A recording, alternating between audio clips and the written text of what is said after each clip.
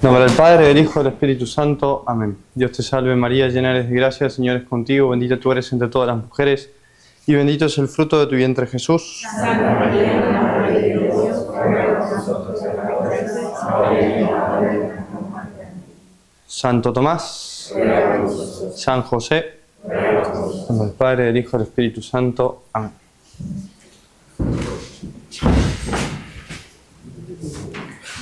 Bueno, vamos a continuar, como se hubiera dado las demás charlas, con la Santa Misa y la vida cristiana del Padre Calderón.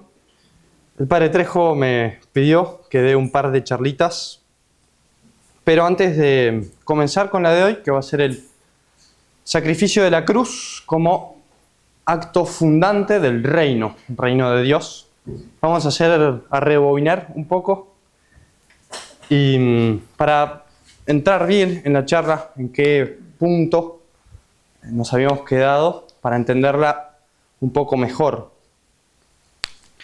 Entonces, habíamos visto al principio con el Padre Trejo cómo, Dios crea y crea al hombre. Dios y su creación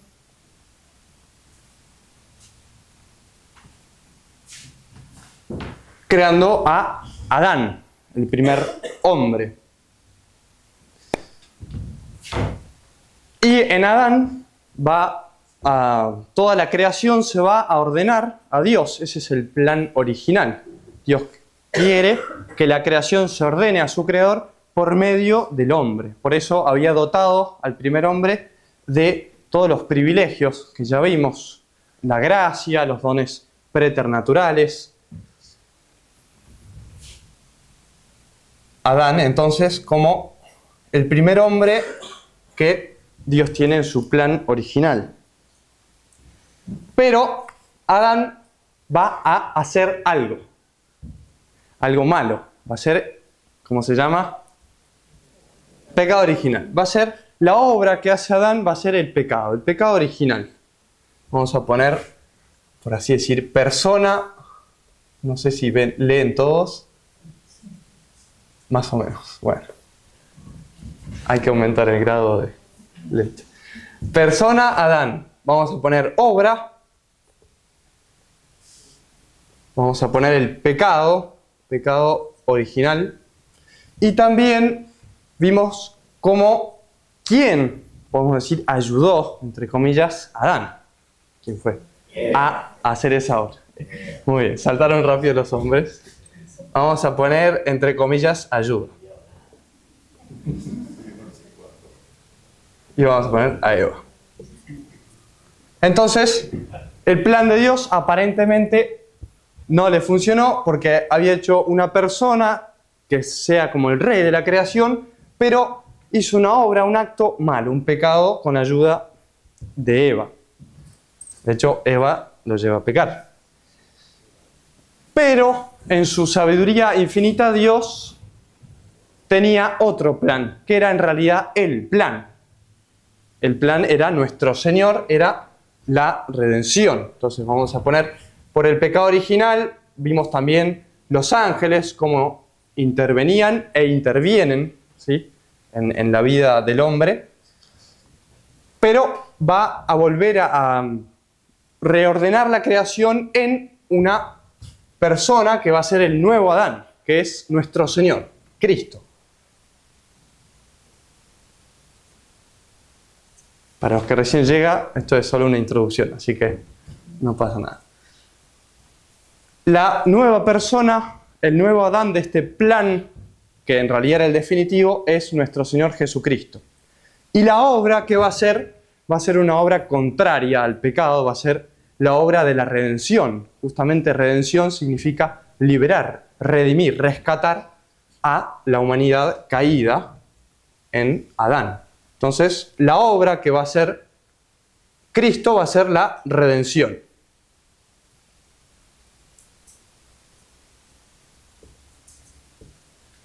Y la ayuda, que esta vez sí va a ser una ayuda, ¿quién es? Nuestra Señora, exactamente. Santísima Virgen, bueno, María. Entonces, ese es el plan para entender dónde estamos situados. La persona que había hecho una obra mala, Adán, el pecado original, con la ayuda de Eva, Dios lo va a restaurar, va a ser una nueva creación en Cristo. Y la obra que va a llevar a cabo Cristo, con la ayuda de María, va a ser la redención. Que ustedes ya vieron esto, ya vieron a Cristo, vieron cómo Cristo nuestro Señor es verdadero Dios y verdadero hombre, en la unión que se llama hipostática, muy bien. Y la obra que va a llevar a cabo la empezó el Padre Trejo y vamos a intentar terminarla hoy, que es la redención. La redención, Cristo la va a llevar a cabo siendo sacerdote y rey. Muy bien. Sacerdote y rey. Lo de sacerdote ya lo vieron con el Padre. Sacerdote y rey. Entonces, en esta charla, vamos a ver la obra de nuestro Señor, pero en su aspecto de rey. Nuestro Señor rey, pero siempre en orden a esa obra de la obra redentora, ¿sí? La redención. Y las clases que vienen, si Dios quiere, vamos a ver con quién nuestro Señor hizo esa obra redentora, que es con la Virgen. Entonces, el Padre organizó hacer 2 charlas de la ayuda a nuestro Señor. 2 charlas de Nuestra Señora. Nuestra Señora va a ser, si nuestro Señor es redentor, ella va a ser la... Correcto. Muy bien. Se las estoy dejando fácil, ¿eh? Corredentora. Muy bien. Entonces, hoy vamos a ver a nuestro Señor Rey. Pero Rey en su aspecto de cómo nuestro Señor Rey va a fundar un reino. Que vamos a ver cómo ese reino va a ser la Iglesia, evidentemente. Le respondí antes que digan otra cosa. Entonces,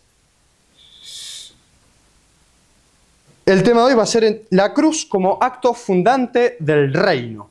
Nuestro Señor, por su cruz, cumple verdaderamente y plenamente ese sacerdocio. ¿Por qué, pregunta, nuestro Señor es sacerdote? ¿En dónde se realiza ese sacerdocio? En la unión hipostática, nuestro Señor es sacerdote. Es como que lo ungen en el seno purísimo de María, en el templo purísimo de María. Lo ungen sacerdote. Y también va a ser rey. Y ahora vamos a ver por qué. Pero estas 2 cosas, tanto su obra sacerdotal como su obra de rey, la va a cumplir a través de la cruz. Bueno, el dibujo no es lo mío. Las preguntas al final. No, por respeto a... Bueno, mejor las preguntas al final, así vamos a entrar en esta charlita. Bien, entonces, vamos a ver la relación íntima entre la cruz y nuestro Señor Rey y cómo funda ese reino en la cruz. Ese es el tema. Vamos a dividirlo en 3 puntos. Van a ser breves, no se preocupen. Primero, el primer punto, cómo nuestro Señor recibe esa autoridad real, regia. ¿Por qué nuestro Señor es rey? Ese va a ser el primer punto. ¿Por qué Cristo es rey? ¿Cristo es rey? ¿Cómo? ¿Por qué? Primer punto. Segundo punto, vamos a ver cómo nuestro Señor, en el primero vamos a decir que es rey, evidentemente, vamos a ver brevemente cómo nuestro Señor funda el reino, por medio de la cruz. ¿Sí? El acto fundacional del reino de Dios. Y finalmente vamos a ver un aspecto nomás del gobierno, cómo nuestro Señor se relaciona, rey, con sus súbditos, con nosotros, con las almas.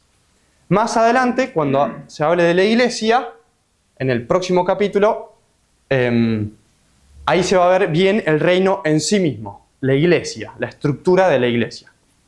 Esta charla no vamos a entrar ahí, sino simplemente un aspecto de la relación entre nuestro Señor Rey y la cruz con sus súbditos. Primer punto, entonces. Vamos a hacer una pregunta. ¿Nuestro Señor Jesucristo es Rey? Esa va a ser la pregunta del primer punto.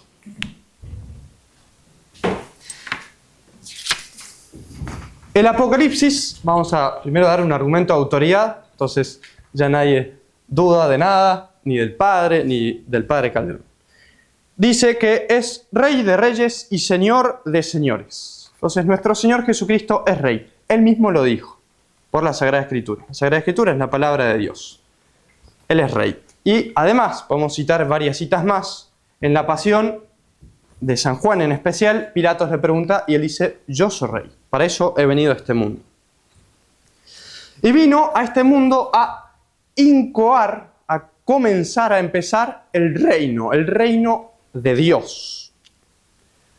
¿Cómo? Fundando ese reino. Primero, ¿cómo va a haber un reino si antes no se lo funda?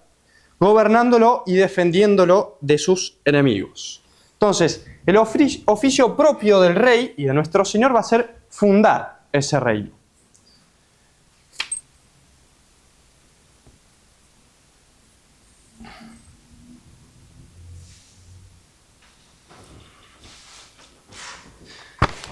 Pero antes había un problema, entre comillas. Había un reino.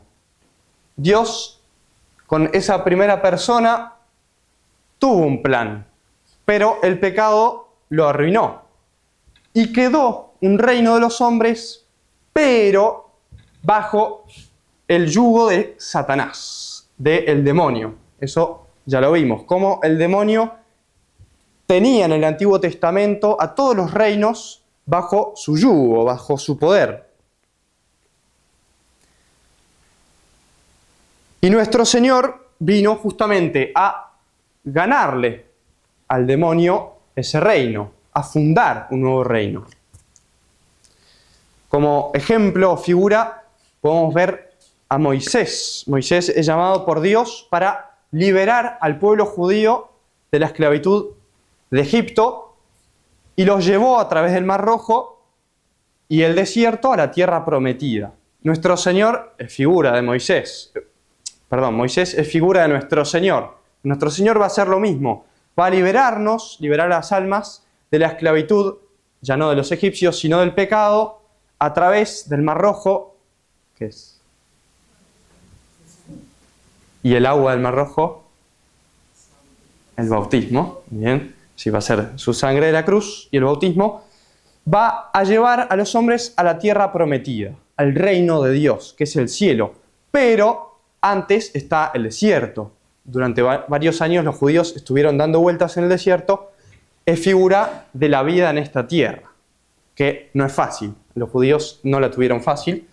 Después de ese desierto de esta tierra, vamos a llegar a la tierra prometida. Moisés ya no, el nuevo Moisés, nuestro Señor, nos va a llevar al cielo. Después del desierto de esta vida llena de sufrimiento. Pero antes de ejercer estos oficios de rey, debía fundar el reino. Pero para eso tenía que tener su autoridad. Debía fundar un reino, pero para eso tenía que tener la autoridad de fundarlo, de ser rey. Y esa es la primera pregunta. ¿Nuestro Señor es rey?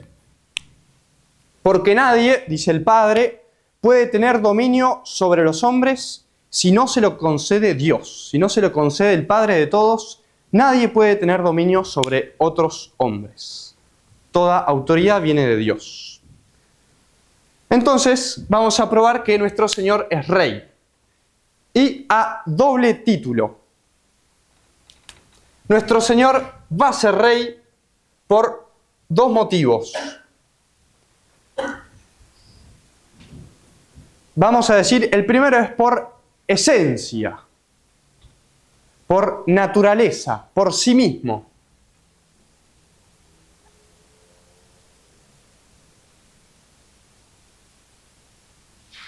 Y el segundo va a ser por conquista.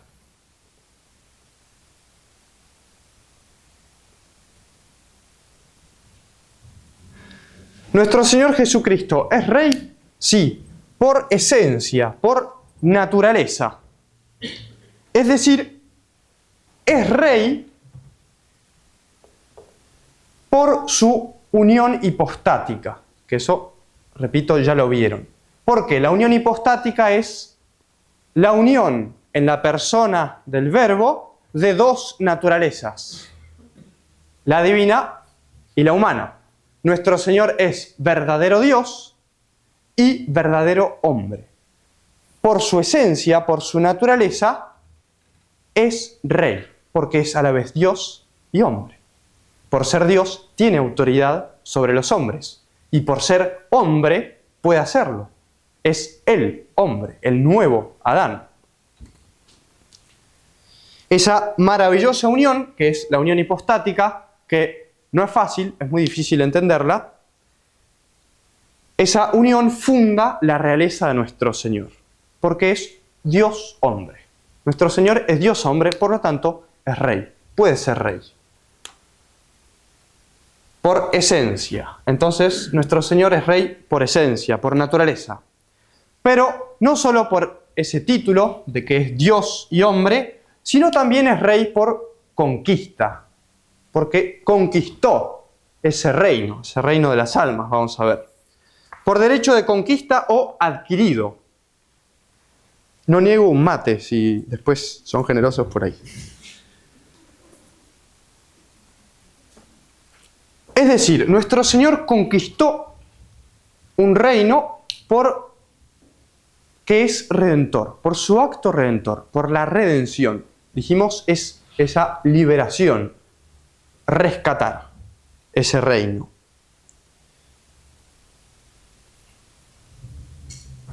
De hecho, San Pablo dice, nuestro Señor no nos compró a nosotros por un precio de oro o plata, sino con su preciosísima sangre. Nuestro Señor nos rescató, ¿con qué precio? Con su sangre. Y vamos a explicar un poquito esto. ¿Por qué conquista? ¿A quién conquista ese reino? Nuestro Señor. Al demonio. Vimos que la humanidad había caído por el pecado. Entonces, nuestro Señor va a conquistar.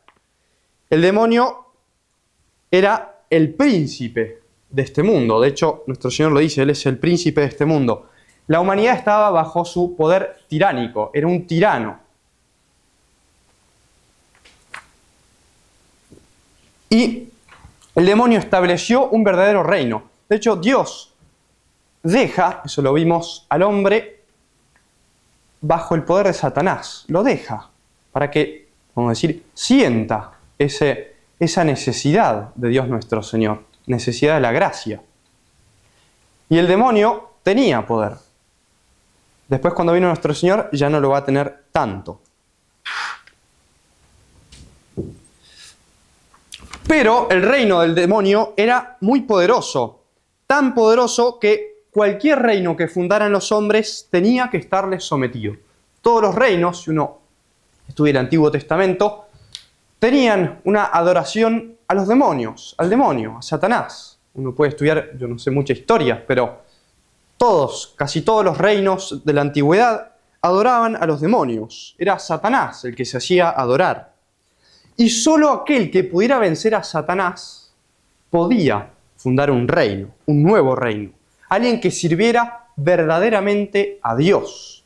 El pueblo judío fue justamente tomado entre los demás pueblos por Dios para guardar esas promesas de que el Redentor iba a nacer en ese pueblo. Ese Redentor, ese Rey. Y nuestro Señor Jesucristo venció al demonio, lo venció. ¿Y cómo lo venció? por la cruz, por la victoria de la cruz. Acá está justamente el tema de esta charla, cómo nuestro Señor conquista ese derecho de rey por la cruz. ¿Por qué venció al demonio y a su reino por medio de la cruz? Y Santo Tomás de Aquino da una razón muy profunda y linda de cómo el demonio, ¿por qué nuestro Señor venció al demonio? Porque el demonio se excedió en el poder que Dios le había dado. ¿Por qué? Porque el demonio tenía poder sobre los hombres. ¿Por qué? Por el pecado. El mismo hombre pecó. Es como que el mismo hombre se sometió a Satanás. De hecho, cuando pecamos, somos esclavos de ese pecado. Nuestro Señor no tenía pecado, era puro, era sin mancha. ¿Qué pasa? El demonio no sabía eso, lo sospechaba. Y dice Santo Tomás, se excedió en ese poder que Dios le había dado, matando a un justo. Y esa es la razón justamente cómo el demonio pierde esa potestad que Dios le había dado.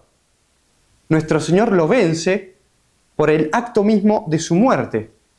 Ofrece su muerte para liberar a las almas. Y en ese acto, el poder del demonio es quebrantado.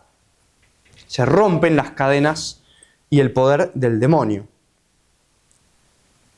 Por eso, porque nuestro Señor Jesucristo no tenía mérito de muerte, porque era sin pecado, el demonio se excedió. Y Cristo así nos libró del poder de Satanás. Por eso, la cruz fue la acción por la cual Jesucristo conquistó por nuevo título su derecho de rey. Es rey por esencia, por su unión hipostática, pero también es rey por conquista. Nos conquistó por la cruz. ¿Sí? Es por medio de la cruz como nuestro Señor nos libera del otro príncipe y ahora ya estamos bajo el yugo suave de nuestro Señor. Entonces, el primer punto, nuestro Señor es rey, sí lo es rey, a doble título, por esencia, por naturaleza y por conquista. Nos conquistó el reino de las almas para llevarlas al reino de Dios, al cielo. Muy bien, primer punto lo dejamos atrás. Segundo punto, fundación del reino de Dios. Vamos a ver ahora la fundación de este reino.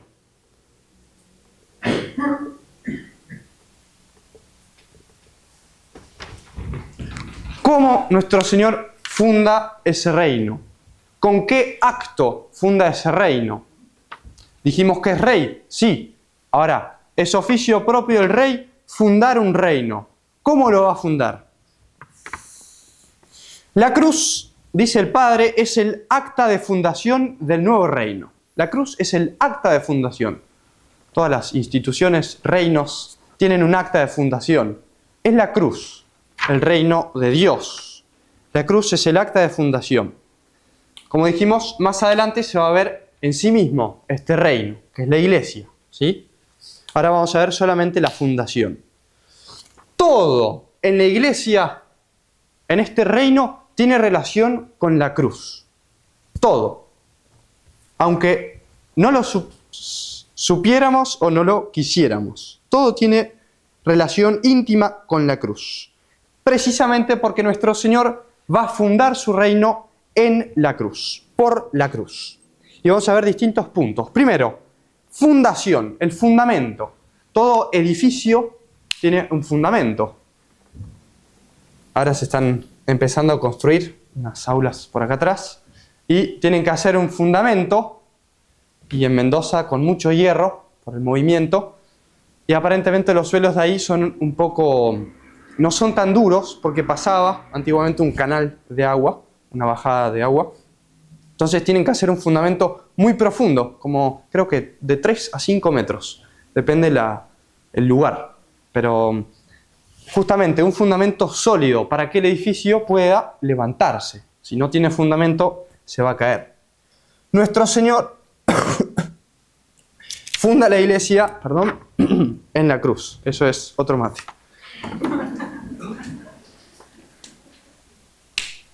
Entonces, nuestro Señor va a fundar a la iglesia en la cruz y puso 7 columnas para este edificio. Esas 7 columnas, gallego, son las 7 columnas. ¿Cómo? Los sacramentos, exactamente. Esas 7 columnas en la cual se va a sostener la iglesia son los sacramentos. Pero los sacramentos son como, también son ejemplos, son como 7 ríos que brotan de la cruz. La cruz siempre está abajo, adentro. La fundación va a ser sobre los sacramentos que brotan de la cruz. Son como las 7 columnas que sostienen ese edificio del reino de Dios, que es la iglesia. Entonces, como en su fuente está la cruz, en ese fundamento del reino de Dios está la cruz. Vamos a repetir una y otra vez la palabra cruz para que nos quede bien grabado que el reino de Dios se funda en la cruz. Fundamento, sacramentos, cruz. Su concepción, ¿dónde fue concebida? La iglesia. Si bien dice el Padre, la iglesia adquiere vigor en Pentecostés.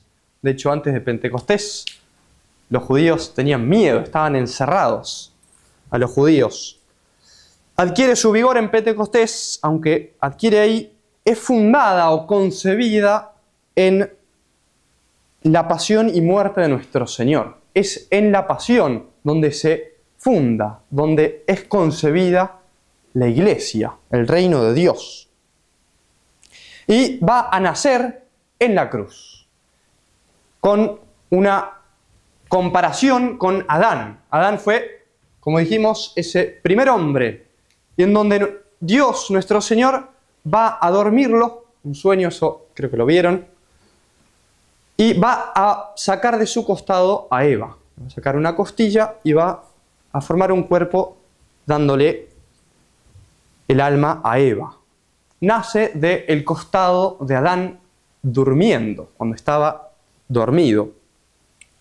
Es figura eso de esa concepción, de ese nacimiento, más bien, de la iglesia, en el costado, en la cruz. Nuestro Señor estaba dormido, ya había muerto en la cruz, y es ese costado que es abierto por la lanza del soldado, donde mana sangre y agua. Ahí los padres de la iglesia dicen, nace la iglesia, nace el reino de Dios, en la cruz.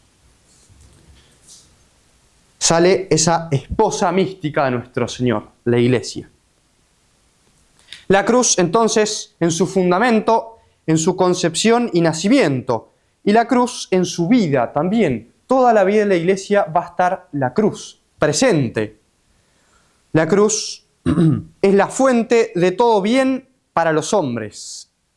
Fuente de todo bien para los hombres. Nuestro Señor nos merece en la cruz toda gracia, todo bien. Y es la cruz el nuevo árbol de la vida. ¿Qué era el árbol de la vida? ¿Quién se anima a responder?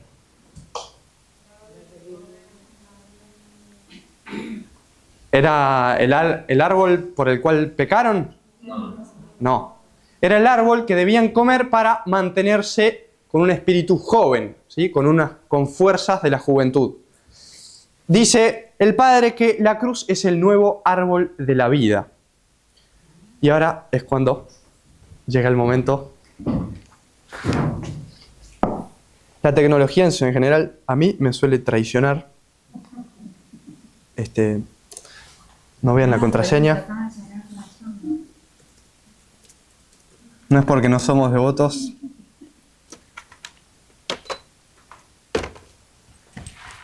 Entonces, el reino de Dios se funda en la cruz, nace en la cruz, es concebido, nace y es el nuevo árbol de la vida. La cruz es el nuevo árbol de la vida.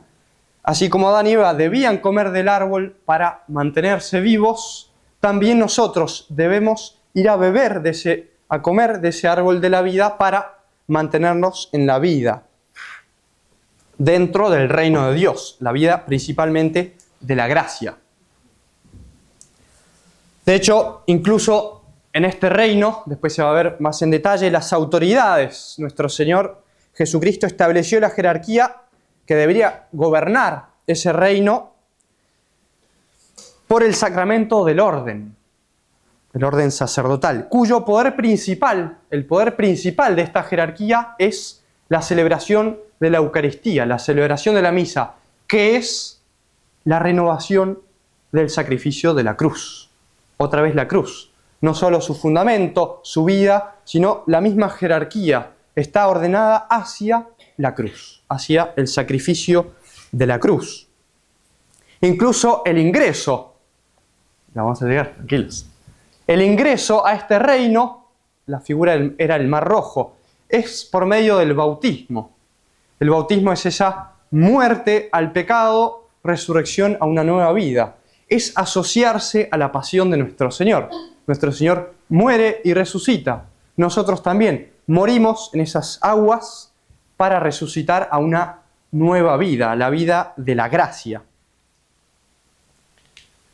De hecho, antes la Iglesia, porque es sabia, como buena madre, el bautismo, se usaba el bautismo de inmersión, que en los orientales creo que se sigue usando, se sumergían a los niños en el agua. Justamente simbolizaba muy bien esa muerte, esa sepultura, muerte al pecado, para resucitar a la vida de la gracia.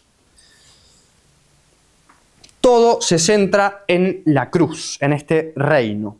Cuando yo sea elevado, todo lo atraeré hacia mí, dice nuestro Señor. Significando, dice San Juan, ¿con qué muerte? Cuando yo sea elevado en la cruz, todo lo atraeré hacia mí. Todo el reino de Dios se ordena hacia la cruz. De hecho, la vida sacramental también es una participación, una unión a esa cruz. Todos los sacramentos tienen esa unión con la cruz. Por ejemplo, el matrimonio. Ustedes lo sabrán muy bien. Pero por medio de la cruz llegamos al cielo, evidentemente. No se asusten. Bien. Pensando en esta charla, hay una imagen que me gustó mucho. Es una imagen que está en una iglesia de Roma, la iglesia de San Clemente. En el ábside de la iglesia, en la parte de arriba atrás, es un mosaico. Un mosaico es una imagen hecha con piedritas chiquititas, pero muy chiquititas.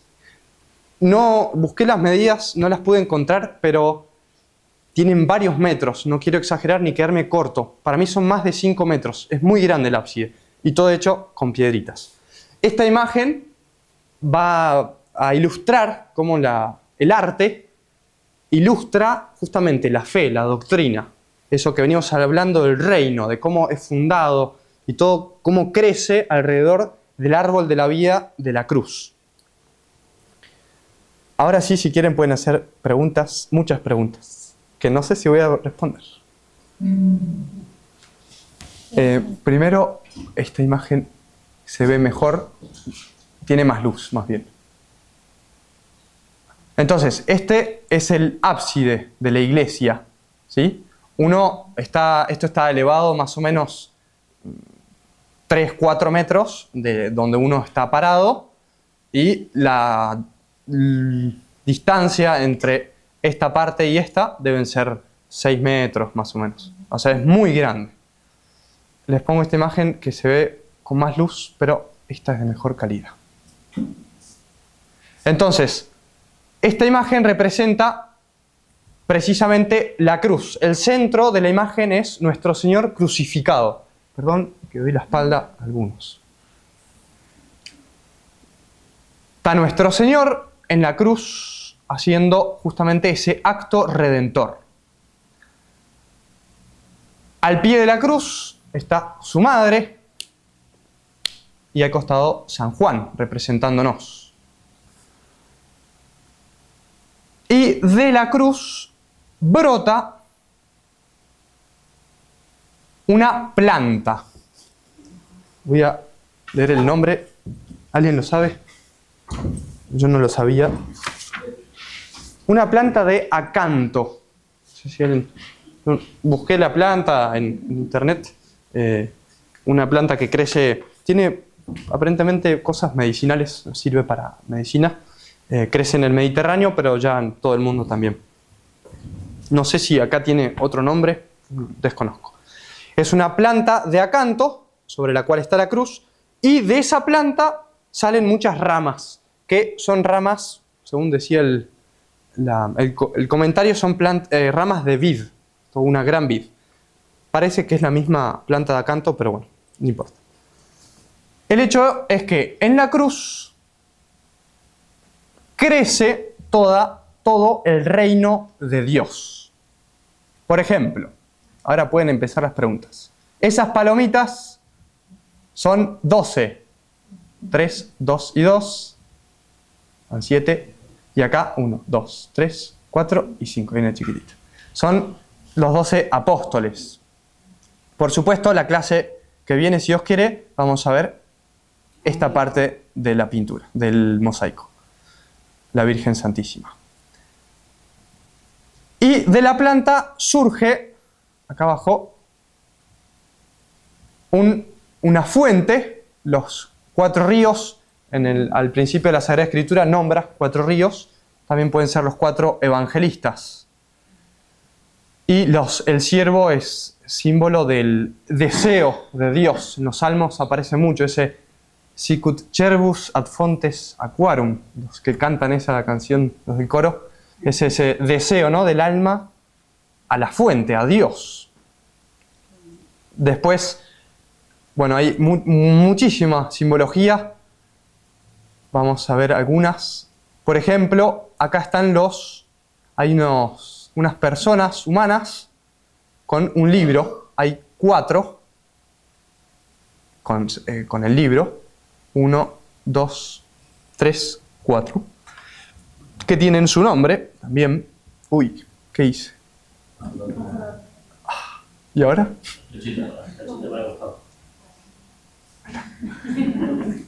Siempre traiciona. Entonces, acá tenemos a San... ¿Qué dice ahí? A ver quién lee.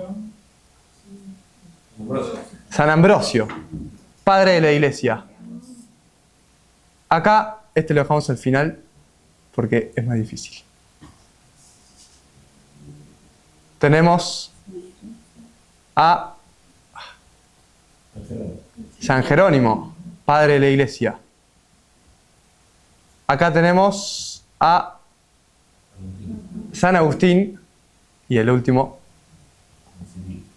no, San Gregorio, si mal no me recuerdo. San Gregorio. Los 4 padres de la Iglesia. Y entre los padres hay imágenes de, acá por ejemplo, 3 personas, acá hay otra que está alimentando a un animalito. Son pinturas de la vida cotidiana. De hecho, acá abajo también tenemos, por ejemplo, un pastor, creo que son ovejitas, o unas cabritas. Todo eso en detalle. Acá hay una señora que está alimentando los pollitos, un gallo. De este lado, el pavo real significa la inmortalidad en los iconos. Acá tenemos también más pastores. Hay una lanza acá. ¿De qué siglo es? La iglesia es del siglo XII. Por esa época se hizo este mosaico. Ahí decía que tardaron mucho tiempo, cerca de 200 años en hacerlo. Y nosotros queremos tener las cosas ya. Las cosas con tiempo se disfrutan mucho. Y después todo lo que está en las ramas son pájaros, animales, cosas, objetos, para simbolizar la vida que emana de la cruz. Toda la vida del reino de Dios. Acá está la mano de ¿quién? De Dios Padre, con una corona, que va a ser la corona a la victoria de nuestro Señor por la cruz. Bueno, hay muchos pajaritos, yo no soy experimentado en eso, debe ser muy interesante estudiar qué significan. De hecho, creo que había un pavo, una garza por acá, bueno, distintos pájaros, no sé qué, deben tener significados en los iconos o en los mosaicos. Y bueno, atrás no se ve en esta foto, pero está San Pablo, ahí se lee Agios Paulus, y San Pedro de este lado, y San Clemente, que es un papa que le sigue a San Pedro, con un ancla, y de este lado estaba San Lorenzo, si mal no recuerdo. Bueno, entonces, esta imagen nos quedamos con la imagen, para ilustrar justamente ese reino de Dios, cómo todo surge de la cruz, de nuestro Señor, de su acto redentor. Funda sobre la cruz y crece, y toda la vida depende de esa cruz, principalmente por los sacramentos. Después se va a ver en los siguientes capítulos cómo la vida de los sacramentos es en paralelo con la vida natural. Uno nace, crece, necesita alimentarse. Con los sacramentos que brotan de la cruz, alimenta esa vida en el reino de Dios, esa vida de la gracia. Entonces, el segundo punto es esa fundación en la cruz y el reino de Dios, ese crecimiento brevemente del reino de Dios. Segundo punto, y finalmente el tercer punto, que era ¿cómo era? ¿Se acuerda alguien? Alguien lo notó, capaz. El gobierno. Pero vamos a ver solo un aspecto, no más, porque se va a desarrollar más extensamente en los siguientes capítulos. Gobierno, entonces, del reino. Nuestro Señor es rey, por doble título, esencia y conquista, y por eso, por ser rey, le vence al demonio, porque era inocente, le arrebata ese reino de las almas y funda ese nuevo reino, que va a ser en esta tierra por un tiempo y eternamente y feliz ese reino en el cielo. Y un aspecto de ese gobierno vamos a ver ahora. Este gobierno se centra también en la cruz. Todo gira alrededor de la cruz. ¿Qué dijo el rey de este reino?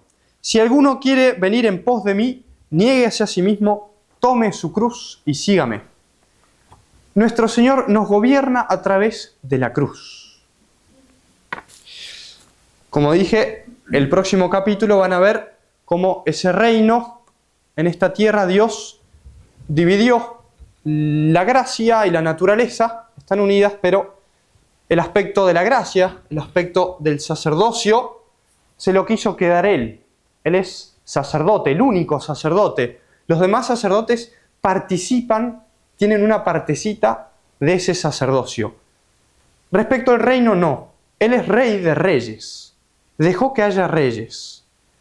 La gracia y la naturaleza. Dejó que esos reyes en esta tierra gobiernen, pero rindiéndole cuentas y en orden a ese fin sobrenatural. Atención, no hay que separarlos. Pero nuestro Señor dijo, dad al César lo que es del César. Eso es lo que se va a ver en el próximo capítulo. No voy a entrar en eso. Es un tema especial del padre Calderón, que le gusta mucho eso del reino de Dios. Nuestro Señor Jesucristo gobierna por la cruz. Tome su cruz cada uno y sígame. ¿Cómo? ¿Cómo va a gobernar en concreto? Este es el aspecto que quiero entrar brevemente ahora. Nuestro Señor tenía que ganarnos dos potencias, la inteligencia y la voluntad, para poder verdaderamente gobernarnos y para darnos la verdad y la gracia. La verdad para iluminar esa inteligencia, conocer la verdad, conocerlo a Dios, y la gracia ¿para qué? Para poder obrar en consecuencia. Conozco a Dios, lo veo y tiende a amarlo. Hay un dicho que es, no se ama lo que no se conoce. Entonces, primero nuestro Señor nos muestra su verdad, quién es Él, pero nos va a dar la gracia para amarlo, para buscarlo. Entonces, nuestro Señor tenía que ganarnos esa inteligencia y esa voluntad heridas. A ver, ¿quién se acuerda? ¿Cuál ¿Cuál es la herida de la inteligencia? La ignorancia. Muy bien, no sé quién lo dijo. Muy bien, la ignorancia. Y la herida de la voluntad, la malicia. Muy bien, la malicia. Entonces nuestro Señor, por esas heridas, debía ganarnos. Teníamos que conocerlo, dejar de lado esa ignorancia conociéndolo, y esa malicia, esa inclinación al mal, no. Inclinarse, buscar a Dios, amarlo. Pero para eso, nuestro Señor lo va a hacer por la cruz. Vamos a apagar esto, así ya.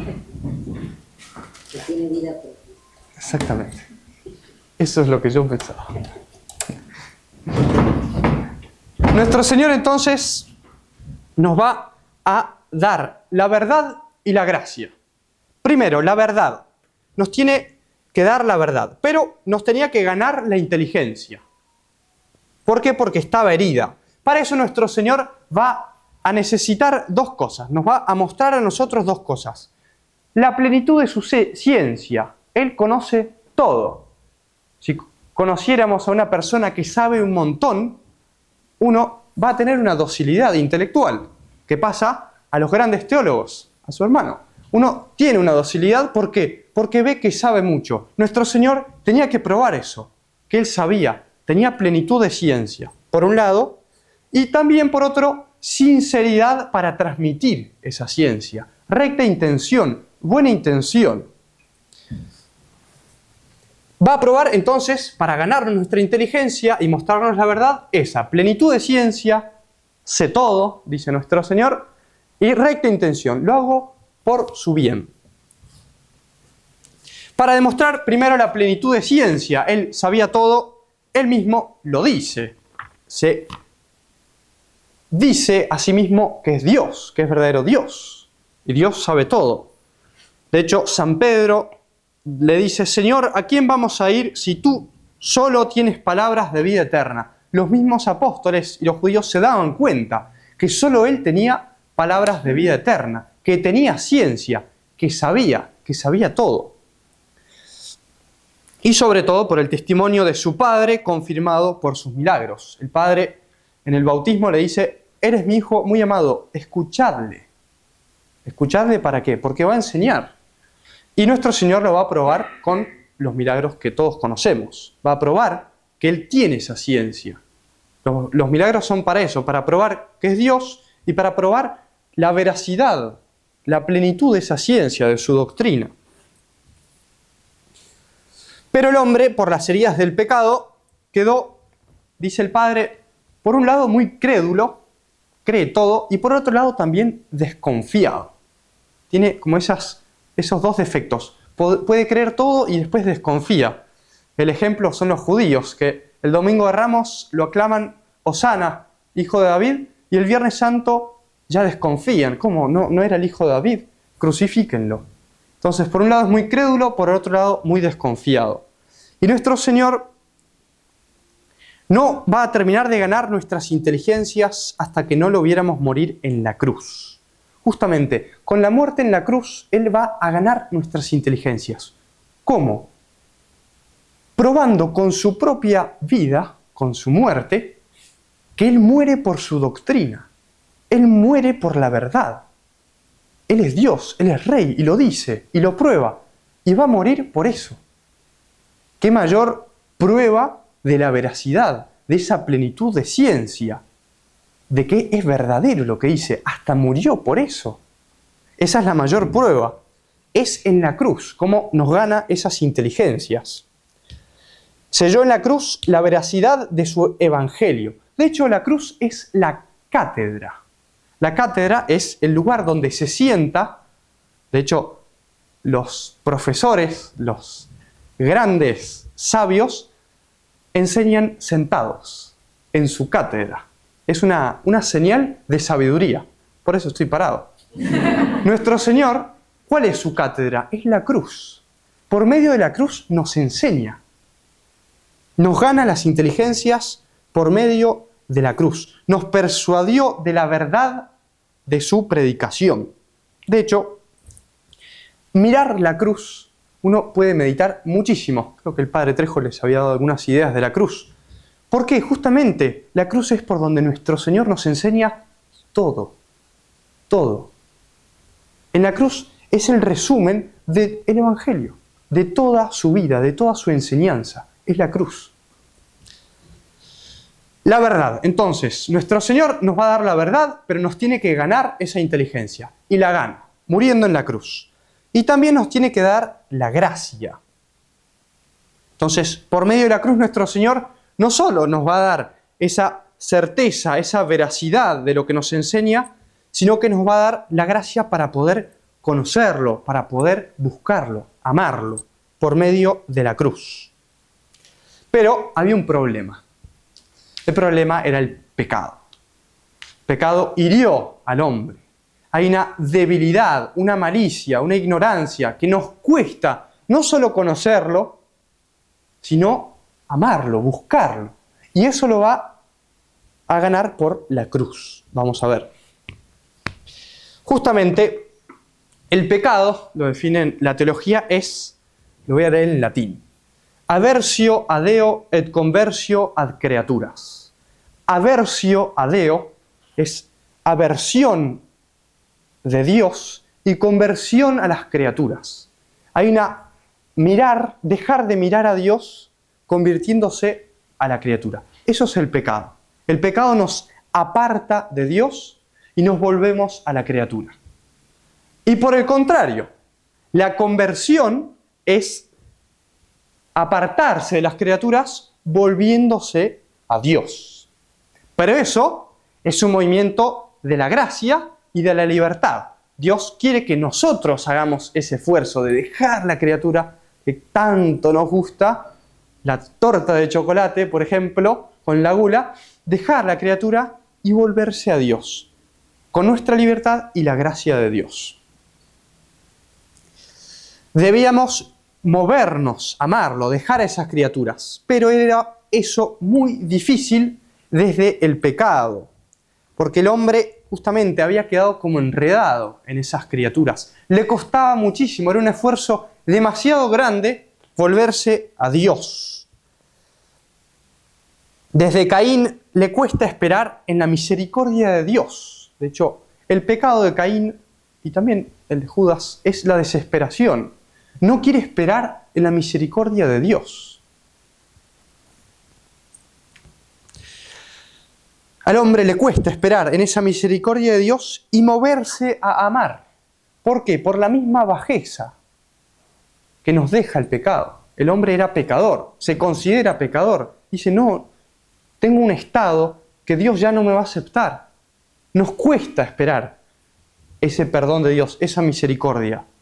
Pero nada hay que mueva más a la esperanza que saberse amado. Cuando uno se sabe amado, uno espera. Espera en el otro. ¿Por qué? Porque me ama. Dios me ama. Entonces espero. Quizás entre los noviecitos. Espera, sabe que lo ama, entonces va a esperar. Unas flores, por ejemplo. Va a esperar, tiene esa esperanza.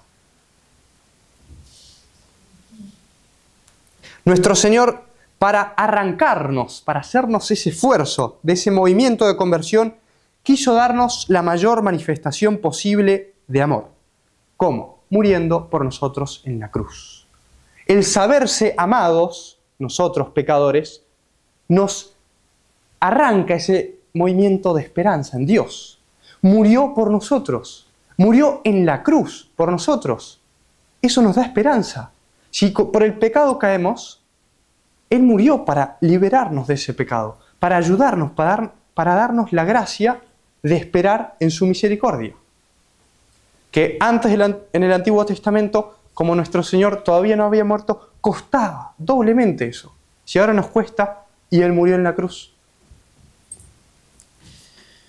Nuestro Señor murió en la cruz. Nadie tiene mayor amor que el que da su vida por sus amigos, dice nuestro Señor. Él murió por sus amigos, por nosotros, justamente para darnos esa gracia de esperar en Él. No solo darnos su verdad para conocerlo, sino darnos la gracia para movernos a amarlo. ¿Por qué? Porque murió en la cruz. Y de ese modo nuestro Señor es como que nos conquista, nos gana, en el sentido de que queremos ser de Él, queremos estar con Él, queremos ir a Él por la cruz, por su muerte en la cruz.